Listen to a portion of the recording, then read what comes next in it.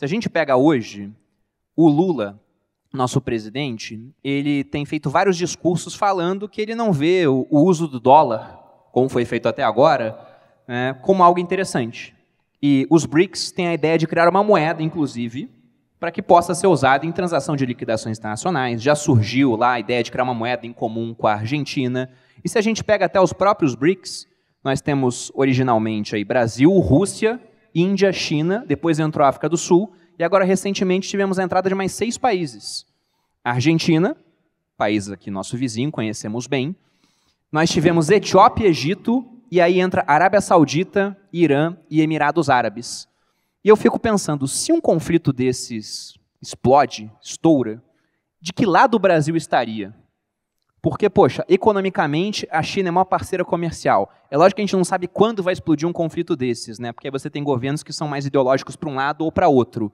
Mas é que há certos imperativos que vão além de ideologia.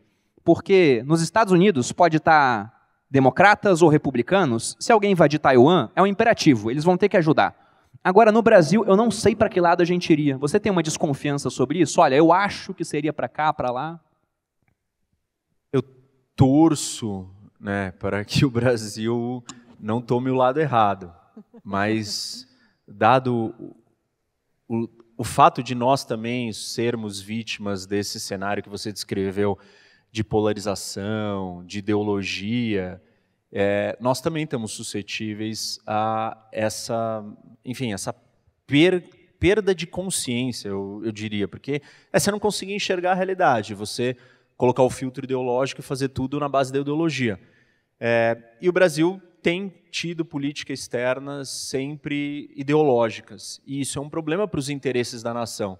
Como eu sempre digo, se você está defendendo o interesse da ideologia, você não está defendendo o interesse do Brasil. O interesse do Brasil, ele não é só de uma ideologia. Ele é de todos os brasileiros. E os brasileiros têm múltiplas ideologias. Talvez mais de 200 milhões de ideologias. Porque ninguém vai concordar com algum outro em 100% das coisas. Então, assim, a ideologia que o Brasil tem que ter não pode ser uma ideologia de um grupo político ou uma ideologia política na forma como os nossos líderes estão carregando. Isso é muito perigoso para o Brasil e muito ruim. Ainda mais, o Brasil tem uma posição sempre neutra, indiferente, não quer tomar lado. Mas a aproximação e essa história dos BRICS, do jeito que está ficando, está estranho, para dizer o mínimo. Porque, assim, vamos comparar os BRICS com o G7. E muita gente tem feito essa comparação. Os BRICS é o novo G7. Tá bom. Então, vamos pensar, né? O que o G7 tem em comum? São todos desenvolvidos, aliados e têm os mesmos valores. São todas democracias desenvolvidas, aliadas. Aí, o que os BRICS têm em comum? Quase nada. Por quê? Porque o Brasil e a Índia são democracias. Os outros não são. A África do Sul também, os outros não são. E agora trouxemos algumas das piores ditaduras do mundo para dentro. Então, já é estranho. Aí você olha do ponto de vista da relação desses países. A Índia e a China, elas têm um conflito militar, que recentemente, durante a pandemia, nós tivemos choques na fronteira ali dos dois. O Irã e a Arábia Saudita estão lutando guerras de procuração no Iêmen, se atacam toda hora. Agora, supostamente, a China foi lá e mediou um suposto acordo que ninguém sabe se vai dar certo, porque são décadas de desconfiança um com o outro. O Egito e a Etiópia têm problemas sérios. A Etiópia represou o Nilo, e o Egito depende do Nilo para sobreviver. Fala que 100 milhões de pessoas podem ser afetadas. Eles chegaram ao ponto do Egito cogitar bombardear a represa, né, a hidrelétrica que foi construída na Etiópia. Então, se olha para vários desses países são inimigos. Como é que eles estão sentados na mesma mesa? Assim, o que vai sair dali? Animada, né? O que vai sair dali? E podem falar, não, eles vão se entender. Tá bom, então vamos pegar o exemplo do G7. E aí o G7 conseguiu fazer algumas coisas ao longo da história importantes. Lidou com a crise da Rússia financeira, da Ásia nos anos 90, agiu rapidamente, mas mesmo assim, eles nunca obtiveram consenso entre eles. A gente tem um episódio em 2003, acho, que a França pegou, né, no final da reunião do G7, tem um comunicado.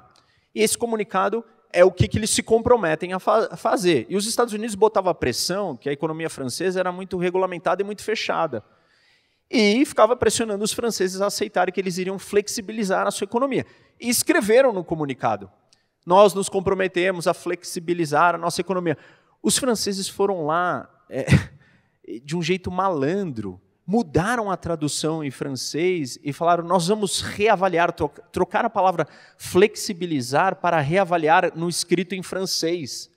Então, claramente não havia um consenso. Outro exemplo, os Estados Unidos criticavam as políticas de desvalorização do ien, né, no Japão, e tinha choque entre Washington e Tóquio o tempo inteiro. E eles não chegavam num acordo. Quando os Estados Unidos quis pressionar mais as políticas de desvalorização cambial da China, não foi possível porque a Alemanha estava mais preocupada em continuar exportando muito para a China. Então, assim, nós temos infinitos exemplos de como que o G7 não consegue chegar em consenso nenhum, sendo que eles têm os mesmos valores. Imagina a gente fazer isso com os BRICS. E aí eu vou mais longe, porque esse tema é importante para nós entendermos o que significa os BRICS. Os BRICS nada mais são do que apenas uma reunião. Como assim? É uma reunião.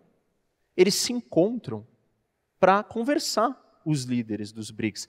Ah, não, mas eles criaram alguma coisa. A única coisa que eles criaram foi um banco. E olha que ironia e que curioso. E aí eu convido todos vocês a entrarem e verem isso com seus próprios olhos. Entra no site dos BRICS e vê lá o resultado, as análises financeiras para investidores.